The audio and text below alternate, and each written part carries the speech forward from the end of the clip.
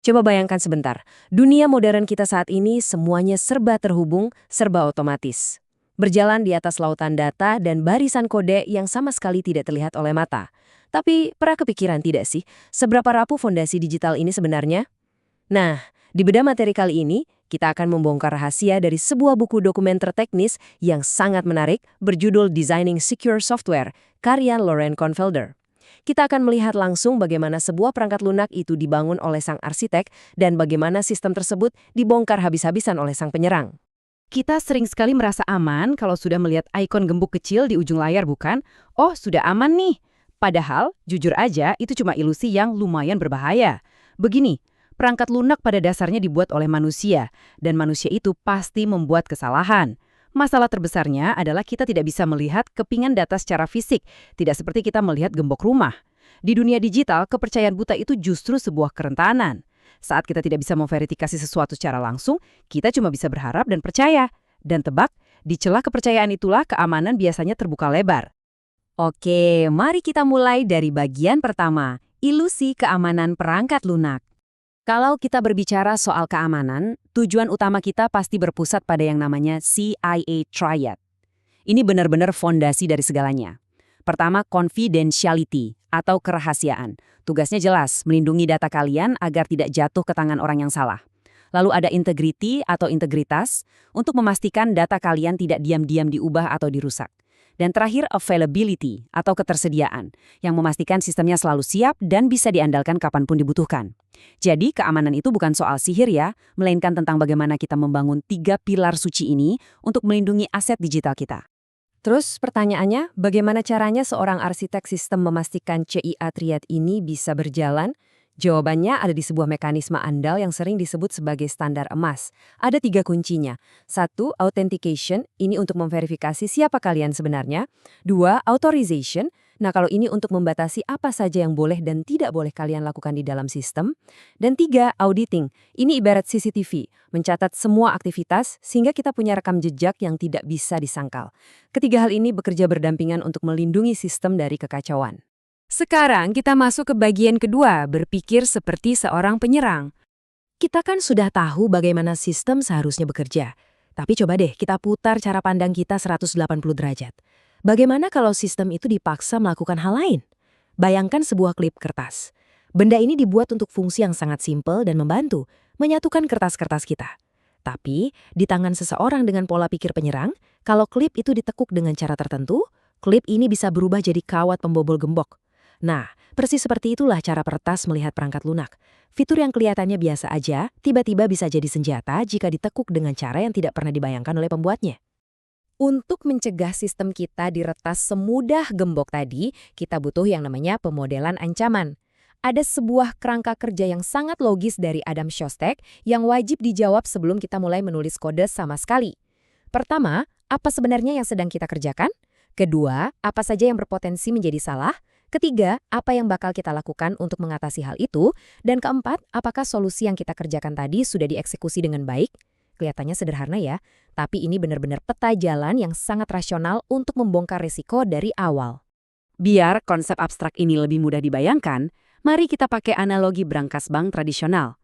Bayangkan emas batangan di dalam brankas itu. Itu adalah aset digital kalian, seperti data pelanggan, uang, atau privasi.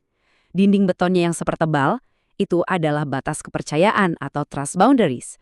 Sedangkan, pintu masuk brankas yang bisa disentuh oleh siapa saja dari luar, itu yang kita sebut permukaan serangan atau attack surface. Jadi di dunia digital, tugas kita adalah membuat ukuran pintu itu sekecil mungkin dan membuat dindingnya setebal mungkin.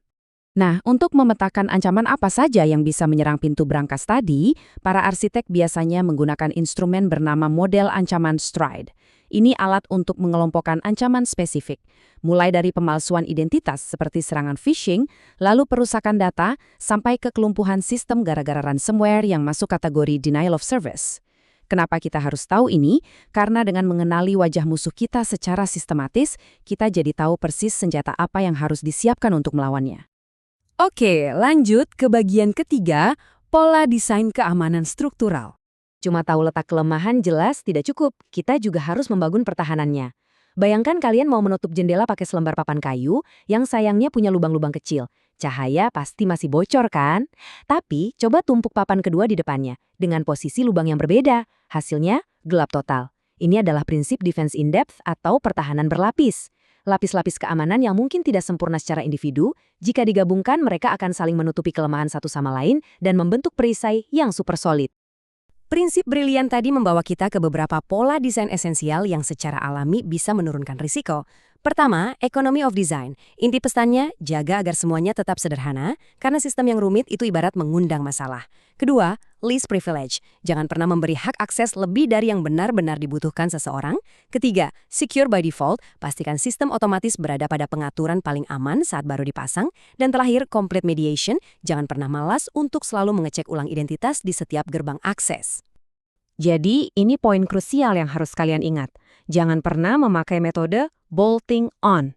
Sayangnya, ini kebiasaan buruk di industri. Membuat fiturnya dulu, lalu fitur keamanannya baru ditempel belakangan sebagai tambalan. Itu sangat rapuh. Yang benar itu baking in.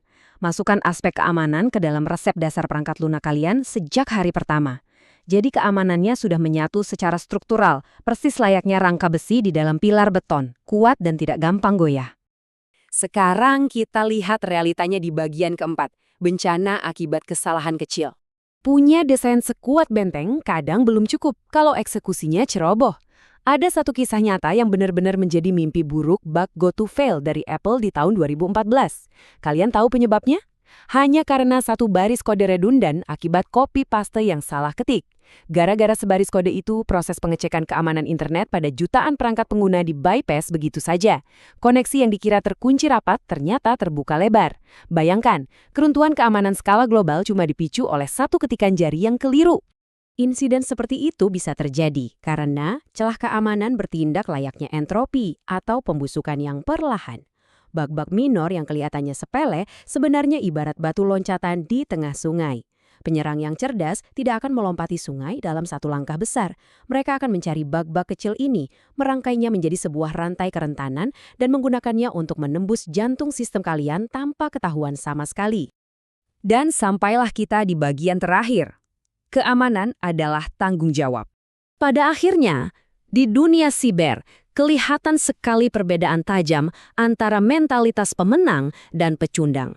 Jangan sampai terjebak di keamanan reaktif, hidup terus-terusan dalam kepanikan mengejar bug, dan sibuk menambah lubang pasca eksploitasi. Kita harus mulai merangkul keamanan proaktif. Ini adalah tentang menjaga kebersihan kode dari awal, disiplin menangani setiap potensi masalah, dan rutin menakar risiko. Keamanan itu harus mengalir di nadi budaya kerja kita, bukan sekedar fitur magis yang disulap oleh tim elit di akhir tenggat waktu. Sebagai penutup, ada satu pemikiran yang mau saya titipkan untuk kalian. Perangkat lunak perlahan-lahan telah menguasai dunia kita. Mengatur roda finansial, menyimpan identitas pribadi, bahkan mengendalikan rutinitas harian umat manusia. Pertanyaannya sekarang bukan lagi apakah sistem ini akan terus membesar, tapi siapa yang bakal mengambil kendali atas keamanannya. Menyerahkannya begitu saja pada nasib jelas bukan pilihan. Pemahaman adalah senjata terkuat yang kita punya. Jadi gunakan pengetahuan ini dan jadilah arsitek yang tangguh di dunia digital yang rapuh ini.